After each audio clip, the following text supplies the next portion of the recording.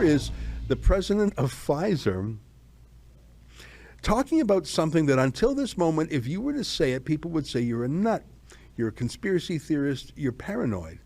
Namely, that there will be a chip implanted in your vaccine. If you were to say that, that's actually literally one of the things described on the YouTube list of things you can't say. They specifically say that if you make a video claiming there's a microchip in a vaccine, you will have your channel shut down. Well, here's the president of Pfizer saying he's going to do that. It is basically biological chip that it is in the tablet, and once you take the tablet and dissolves into your stomach, sends a signal that you took the tablet. So imagine the applications of that, compliance. The insurance companies to know that the medicines that patients should take, they do take them. It is fascinating what happens in this field. I don't know, does that YouTube video get taken down? There's scary people who work for the World Economic Forum year-round. Obviously, Xi Jinping and George Soros and Bourla of Pfizer don't. But here's someone named Yuval Noah Harari, and he's sort of the deep thinker of the World Economic Forum, and he talks a lot about hacking people, transhumanism, where you basically plug into someone's brain and body and can manipulate them. He calls it hacking people. Listen to this guy for a bit. Regimes, but also by democratic governments. The US, for example, is building a global surveillance system, while my home country of Israel is trying to build a total surveillance regime in the West Bank. But control of data might enable human elites to do something even more radical than just build digital dictatorships. By hacking organisms, elites may gain the power to re-engineer the future of life itself. Because once you can hack something, you can usually also engineer it. He really is like the mini-me to Klaus Schwab. Who's Klaus Schwab? Well, here's a little trailer we made for a docu-series that we're rolling out tonight. Watch a little bit about this.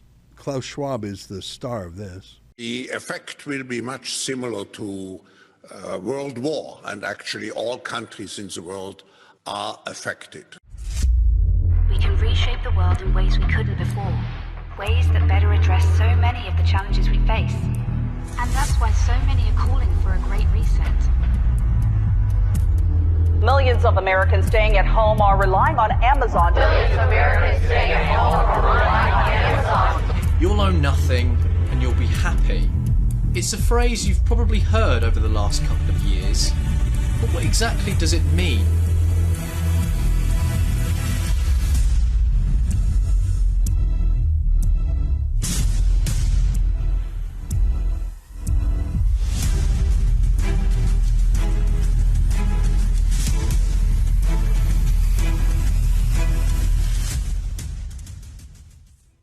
He really does come across as a Bond supervillain. Like, it really is too much, isn't it? But these are the people who say you will own nothing and be happy. They're the ones who say eat the bugs, eat meat made by a machine. They really do say this. So that's the World Economic Forum going on in Davos. A train ride away is the World Health Assembly. That's the World Health Organization of the United Nations. It's one of their major agencies. They've got a treaty that they're debating. Have you read about that treaty in the Globe and Mail, the Toronto Star, in your local daily newspaper, on the CBC-TV? It really is a treaty. Here, you can see it here. This is from the World Health Organization's website. Why aren't they talking about it? Who's going to cover that? Do you think the media I've just listed are going to cover that? Why? They're all on the take for Justin Trudeau. They're not going to do anything that will embarrass him. We will cover it like we have covered the United Nations in the past. What's so interesting is the media, who like to say they speak truth to power, like to envisage themselves as some sort of official opposition, they have ceased taking that role. They stopped when the pandemic began. They don't hold the government to account.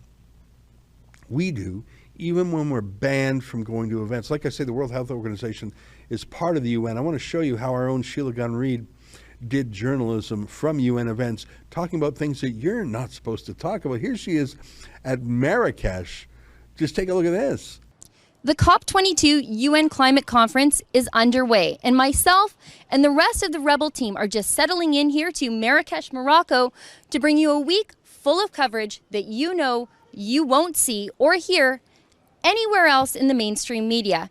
And even though we aren't even inside the conference center yet, we are already hard at work. Now, everywhere in the city are these massive signs and banners proclaiming the presence of COP22. And these signs, well, they're obviously headed for the trash after this conference wraps up in just a week. It's just a big, fancy, disposable show for the world that goes in the garbage can when all the rich elites go back to wherever they came from.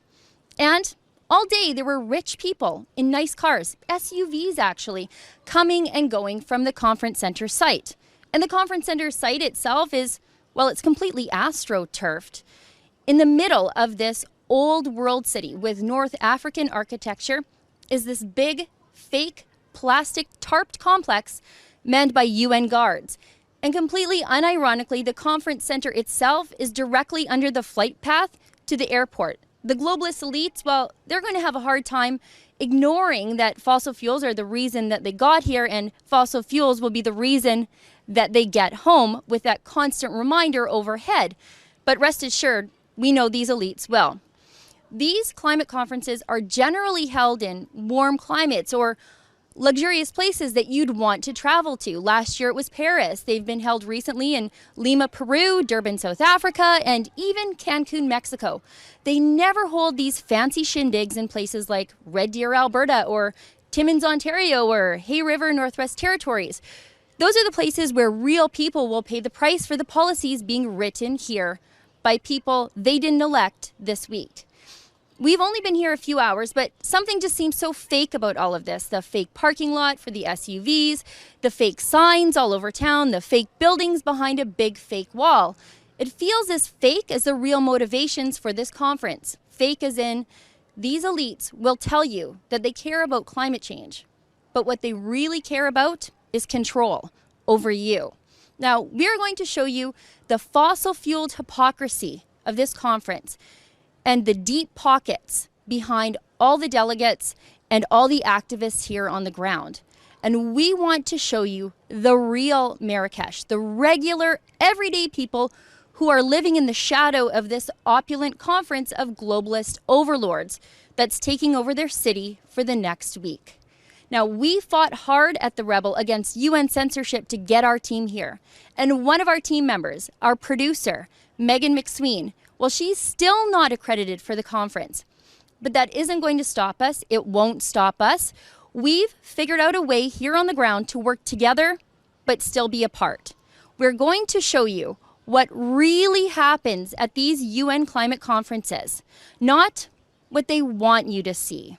For the Rebel.media, I'm Sheila Gunn-Reid. Oh, I love that. That was an excerpt from my daily TV-style show called The Ezra Levant Show. Each weekday, I do a monologue on the news of the day. Then I interview a fascinating guest. I read some fan mail or hate mail, depends on which I like more. And we end with a video of the day. You can get it all at rebelnewsplus.com.